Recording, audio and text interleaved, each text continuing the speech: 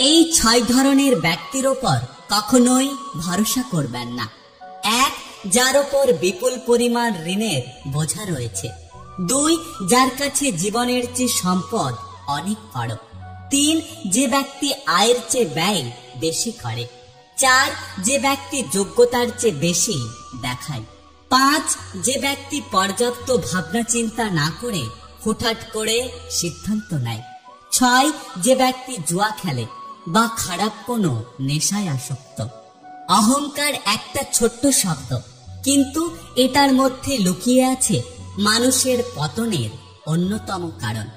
ধৈর্য এমন একটা গাছ যার সারা গায়ে কাঁটা, কিন্তু তার ফল অত্যন্ত মিষ্টি হয়। সাহায্যকারী কখনোই ঠকে না, আর হিংসাকারী কখনোই জেতে না। মন পরিষ্কার রাখুন, কারণ শেষ হিসেবটা অর্থের নয়, কর্মের হবে। কিছু মানুষকে ভদ্রতার খাতিরে সম্মান করতে হয়, আসলে তাদের সম্মান পাওয়ার যোগ্যতা কখনোই নেই। ভালোবেসে ভালোবাসার মানুষটাকে আগলে রাখতে হয়। ভালোবাসা শুধু পাওয়াতে থাকে না, ভালোবাসা দেওয়ার মধ্যেও ভালোবাসা হয়। প্রজাপতির পেছনে ছুটে সময় নষ্ট করো না, বরং ফুলের চাষ করো, দেখবে প্রজাপতি এমনিতে তোমার কাছে আসবে। 2-4 দিনের যত্ন নেওয়া হলো প্রেম, আর সারা জীবনের যত্ন নেওয়া হলো ভালোবাসা।